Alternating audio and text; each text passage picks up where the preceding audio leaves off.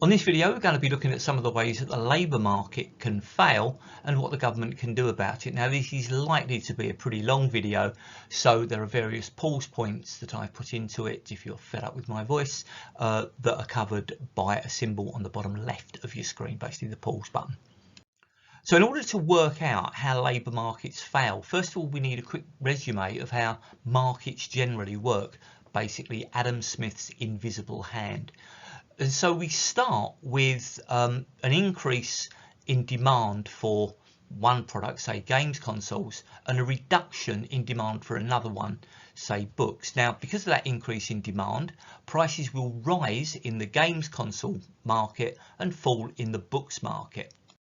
So we're going to see profits rise in the games console market and fall in the books market. That's going to lead to a desire in the games consoles market to increase your production, to grab some of those profits. New firms are going to be interested in joining that market, whereas in the books market, you're going to be wanting to produce less. In order to produce more, you're going to need more labour. In order to attract that labour, you're going to need to offer higher wages. Those higher wages will attract the labour, and so supply will rise. So you've got consumer sovereignty. So what consumers want, at the end of the day, via the free market, consumers get. So the role in the labour market in that is pretty crucial. Firms need more labour to produce the goods. They increase wages, that labour is attracted, and so supply rises. So if anything happens to prevent that, then that could result in labour market failure, which could result in the product market failing as well. So let's look at what we mean by efficiency in markets. Well, there are three broad types of efficiency that we study. There's productive efficiency. Now, that's where goods and services are produced for the lowest average cost, implying an efficient use of resources, in this case labour resources, and a high level of factor productivity, which means that we're operating at the lowest point on the average cost curve. Now, the second type of efficiency is allocative efficiency, and that's, if you like, where we get the right combination of resources, where on the margins, the benefit derived by the marginal consumer is exactly matched by the amount of resource that goes into producing those goods. Effectively, it's a point that maximises welfare, which on a supply and demand diagram, would you believe, is the point where the demand curve cuts the supply curve. The final type of efficiency that we're interested in is whether we can get an improvement in the product range, product performance, reliability or quality over time. Those are called dynamic efficiencies, and this could be an appropriate point to pause. So why might the labour market fail? Well, because people are people, and people aren't like other factors of production. So we've got a table here showing the level of unemployment, the level of inactivity, the earnings and the house prices in different regions, and we're going to be analysing this. Well, first of all, we can see a quite distinct link between the level of unemployment in a region and the level of economic inactivity. Now remember, inactivity is where people are actually not even looking for work. So you can see that the three areas with the highest levels of unemployment, the North East, the West Midlands and Yorkshire and Humberside, are exactly the same regions with the highest level of economic inactivity, and the regions with the lowest levels of unemployment, that's the East, the South East and the South West, broadly speaking it's the South, also have the lowest levels of inactivity. So there's a relationship between them. Possibly that might be caused by people who are unemployed looking for work, eventually thinking, I'm not going to get work, and so they leave the labour market completely.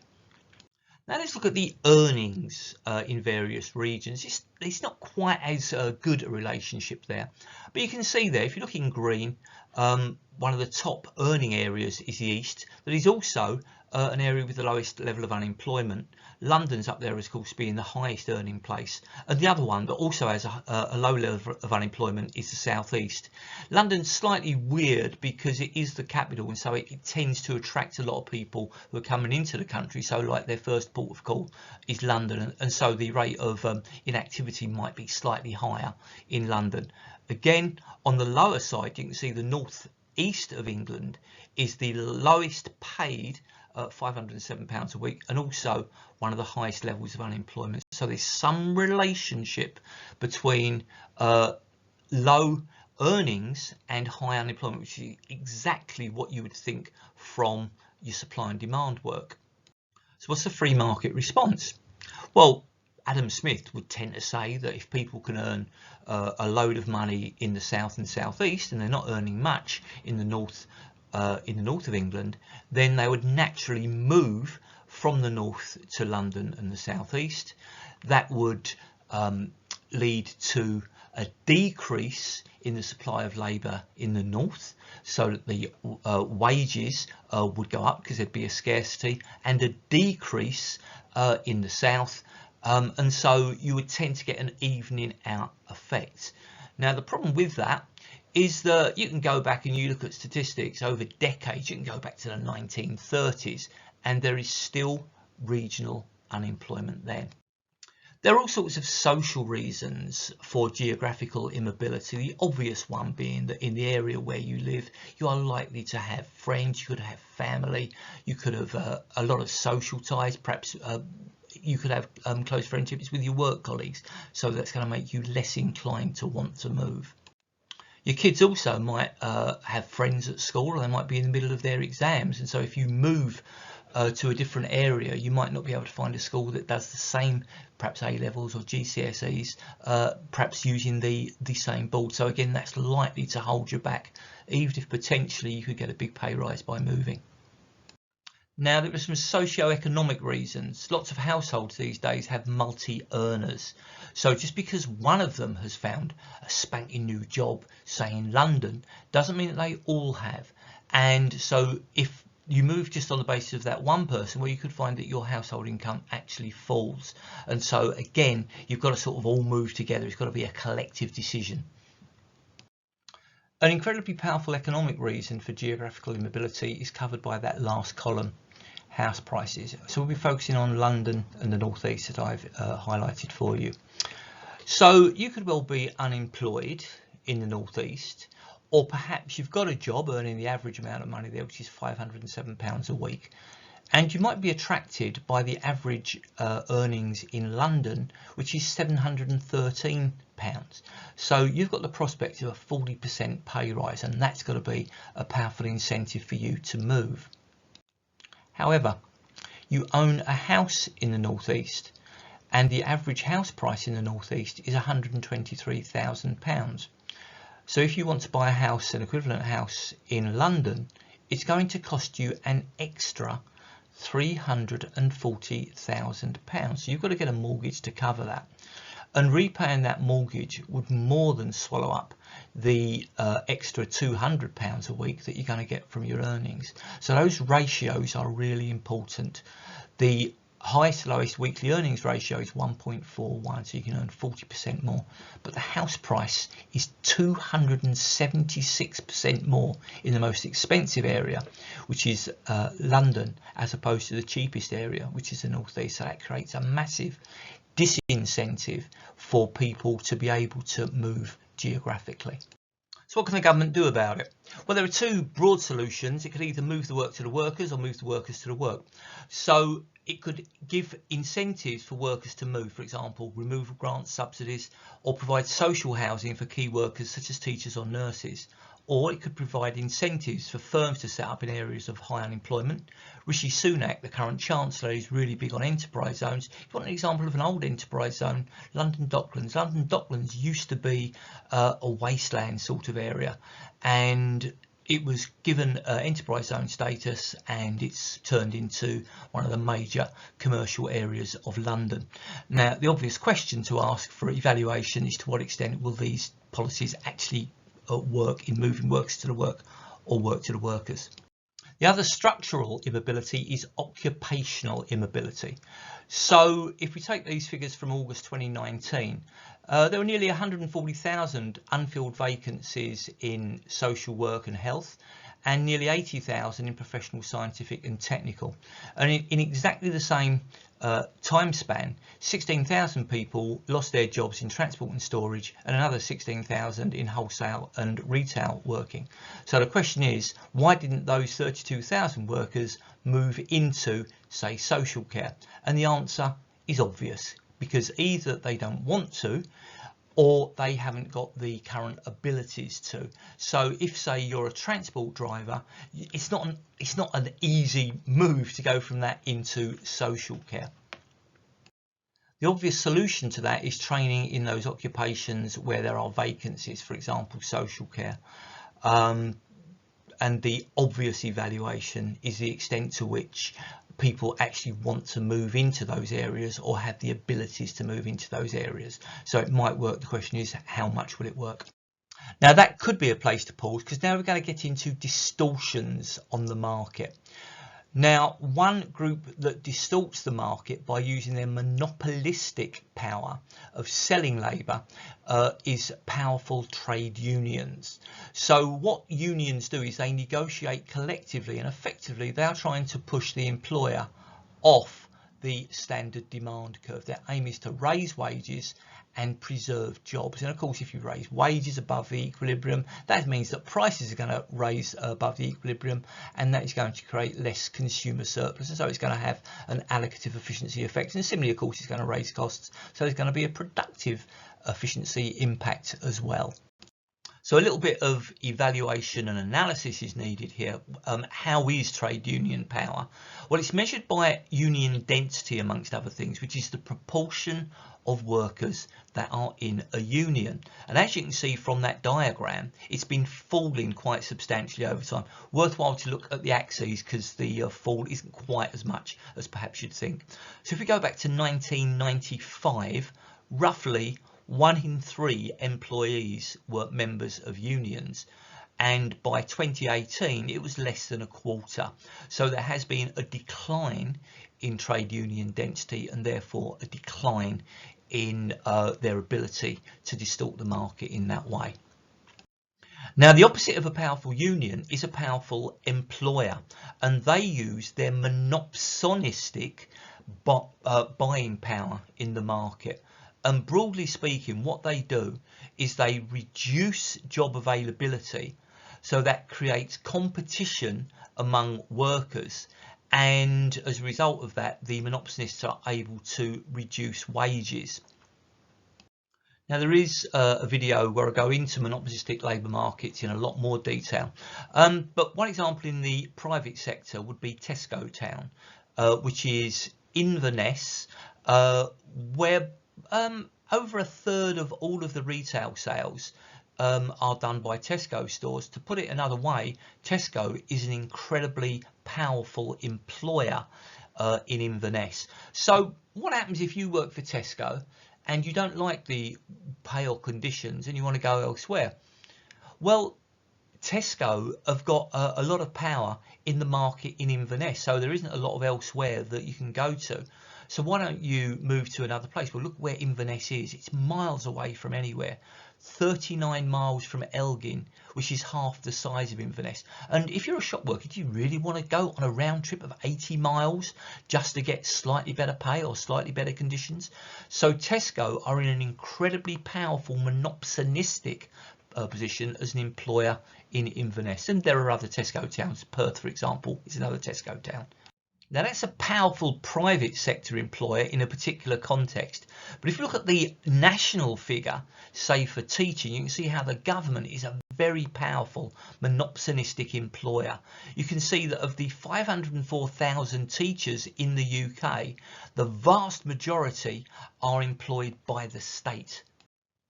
And similarly in nursing, over 3/4 of nurses and midwives are employed by the state, 2/3 of nursing auxiliaries. So if teachers or nurses don't like the pay and conditions of work in which they currently reside, if they move to another job within the same profession, they're going to be faced probably with exactly the same employer. So that puts the employer in a very, very, very powerful position. So the state basically can drive down the wages of teachers or nurses if it chooses to do so. Now, another issue is where there isn't a market. In just the same way as with normal markets, you have public goods where you can't get a market. In the labour market, we need the marginal revenue product to get the demand curve, so that can then link with the supply curve. But in an awful lot of jobs, you can't calculate the marginal revenue product. Again, cleaners, receptionists, nurses, teachers, security guards, Army, Navy, Air Force, police, ambulance, fire services. You can't actually calculate the MRP of any of those many millions of jobs. And you'll notice that a lot of those are in the public sector. So in the public sector, we have lots of monopsonistic power by the government, and we have a situation where you can't measure the marginal revenue product of the workers.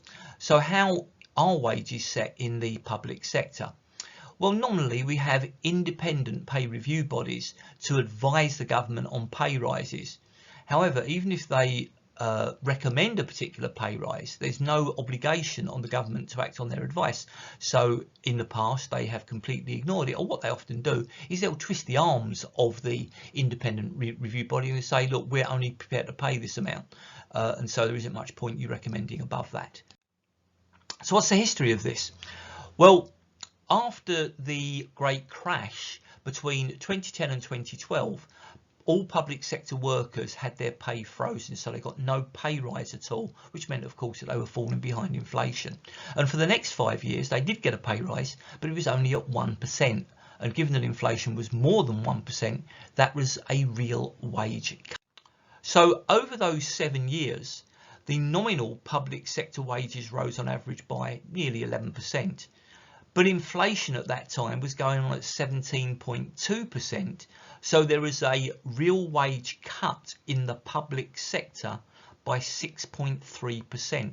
Now, there was also a real wage cut in the private sector, but it was much less. So you can see there how the government was using its monopsony power. And in 2017, they decided to loosen the cap. Now, you'll notice decided. In most industries, in most markets, there's an interaction between demand and supply to determine the price. But in these particular markets, the government, one side, decided on what the pay rise was going to be. Now, imagine that these were product markets, and you saw over a period of a number of years, product prices, basically none of them changing. You think, well, this is a bit of a weird market. Well, that's exactly what happens with public sector wage setting. It is weird because the government decides what the pay rise is going to be, and there's not a lot that the employees can do about it. So if you want to know what's happened since then, well, we've had the COVID epidemic, and so the government were running a huge deficit, and so who do they want to get to pay for that? Well, at least in part, it's going to be their own workers. So in the spending review of 2020, Rishi Sunak decided to freeze public sector pay.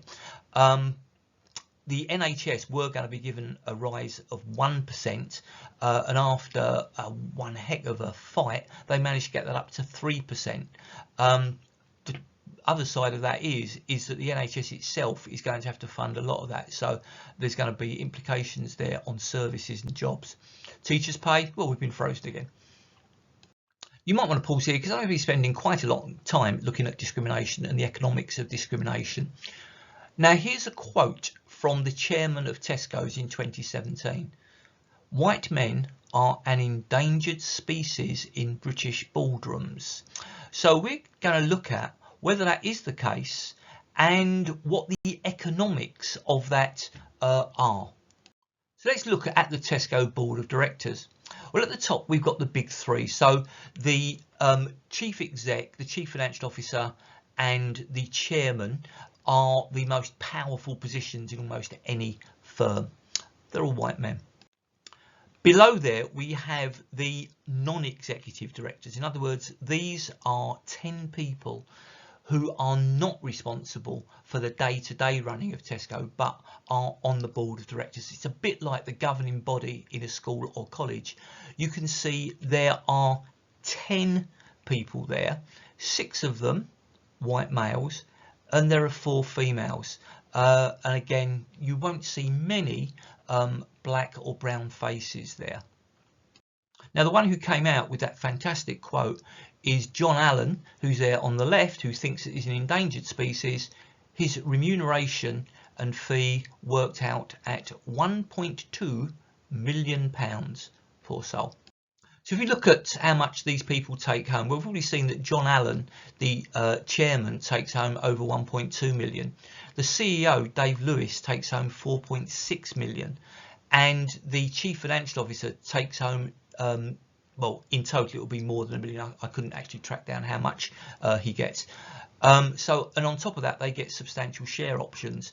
The independent directors, whose job mainly is to turn up to meetings, typically they'll get about £100,000. Well, obviously I've looked at Tesco because it was the chairman of Tesco who made that statement.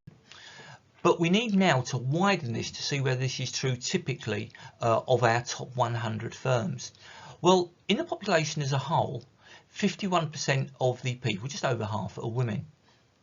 5%, that's 5 chief execs in the top 100 companies are female. 95 are male. And of those females, on average, they get paid £4.4 million each, a lot of money, with the top person earning 5.9 million. For the male CEOs, they earn 5.3 million, that's £900,000 a year more, and the top male chief exec earns 58.8 million pounds in a year. That's more than £1 million a week. Well, what about ethnic minorities? Well, in the population as a whole, 13% of people, about 1 in 8, are ethnic minorities, not one chief exec. And again, the information down the bottom there shows this. They're only 13 out of 300, 4.3% of the top roles, that's the chair, the chief exec or the chief financial officer, are ethnic minorities, and only 12% are women. So there is massive inequality there. But there is something if you're a white bloke called Steve or Dave, because 12 chief execs are called Steve or Dave at the moment. So you have a 140% greater chance of becoming a chief exec of a FTSE 100 company if you are called Steve or Dave than if you're a woman, and an infinite percentage more than if you're an ethnic minority. So let's look at some of the economics of this. Well, you could be a normative economist and turn around and say, well, this is unfair, this is unequal, and that would be a perfectly valid line of approach. But most economics that we study at A level is positive economics. So the question that you need to ask yourself is, do white male leaders, who may or may not be called Steve or Dave, produce better outcomes, which is allocative efficiency, at lower cost, productive efficiency, than if there were more women or ethnic minorities in similar positions? And a very simple question would be, would the CEO of Tesco make worse decisions or leave Tesco if, say, rather than being paid 4.6 million quid a year plus loads of share options, he was paid, say, 4.5 million or 4.4 million? Because if he wouldn't, then clearly that is not a productively efficient decision, because you could be employing exactly the same person and making a saving of 200, 300, maybe even £1 million with no change in efficiency or no change in decision making. So that is clearly productively inefficient. We sometimes hear why these white male chief execs need to be paid such a lot of money is that they produce the goods. In other words, the returns that they get justify the huge salaries that they get. Well, if you do a 5-year study on Tesco performance, you can see that over that time, the CEO received a pay rise up from 1.6 million to 5.1 million. He actually took a pay cut in 2019.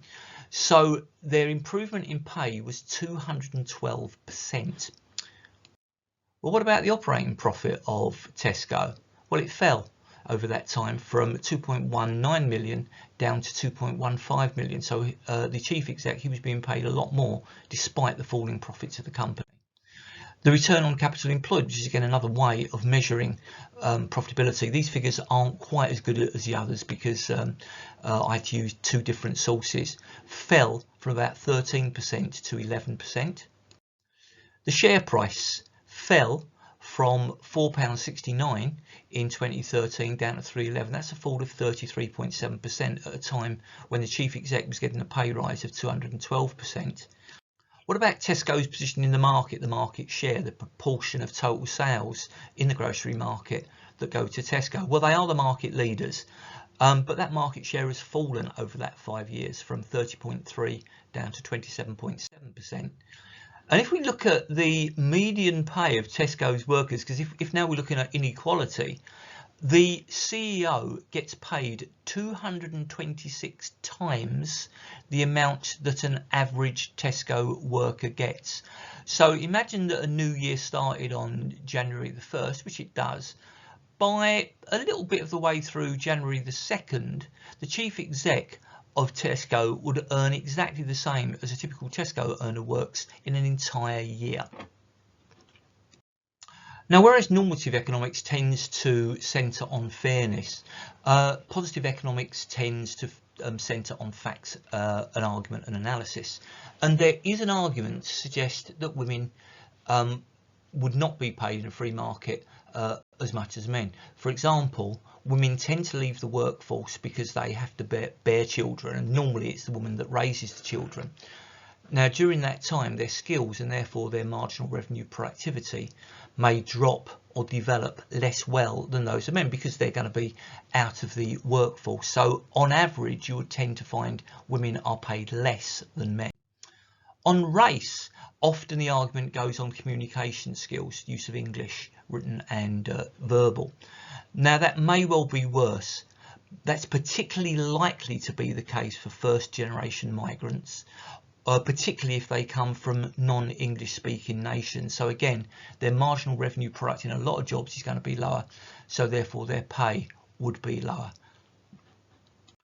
So we've got an argument, we need a counter argument. Well, in 2018, despite many years of equal pay legislation, a study showed that women in UK universities were paid a mean hourly wage nearly a sixth less than males. So though there can be a justification for there being a pay difference, the evaluative point is whether there's a justification for that pay difference being 15.9%, and that's up for you to. Now, the second bit of evidence looks at the lifetime earnings gap of education, and it looks at the difference between how much you would earn if you were low skilled, in other words you had GCSEs, to if you were mid-skilled, which is A levels. Now, amazingly, the biggest gainer is a woman with 2 children. So a woman with 2 children with low skills is going to earn over her lifetime £260,000 less than a woman with skills. And the reasons for that are largely because if you've got skills, then once you've had the kids, you can quickly get back into the workplace and make up that gap. Now, for men, it's 160,000, and for a childless woman, it's 120,000. It's those 2 figures that really we need to focus on. Why is it that a man who obviously can't bear children earns £160,000 more in his lifetime than a woman in an equivalent position? So that is the evidence of discrimination in that particular market. And again, there's evidence on the race side. At Russell Group universities, a white academic will be paid £52,000 on average, a black academic £38,000. If you look down the bottom there, you can see there's both a gender gap and a race gap. So a white male will earn over 50% more than black females. Now, bear in mind that these are high-level jobs. Do you think that gap could entirely be accounted for by communications or child minding differences, or is some of it discrimination? In other words, people making the wrong decisions for the wrong reasons. To put it another way, not acting economically, not acting to get the best person into a particular occupation to deal with consumer demand. And again, there's an interesting fact there that if you have a white sounding name, then you're more likely to just be called for interview than if you have a non-white sounding name, which means, of course, there's a much greater chance of you getting that job in the first place. So what can be done about it? Well, there is a video on national minimum or living wages and all of the implications behind that, including a diagram that you can look at. Similarly, there's a suggestion that CEOs might have a maximum wage, so there's a video on maximum prices, again, that you can look at with diagrams. Government can intervene by legislation. Equal pay legislation has been on the statute books for decades, and yet we've still got those huge pay differences in terms of gender and race. One thing that hasn't been tried in this country is gender or race quotas on boards. Now, in Norway, there's a 35% gender quota on the board of directors, so companies must have at least 35% females, and you can see there that in the 5 years between that was introduced in 2009 and 2014, Norway now has about 38% of its board members are female. UK, we have no such quota, and you can see how low it is. It's below 25%, so it's below 1 in 4. I've waffled on for quite long enough on this. Thank you for listening.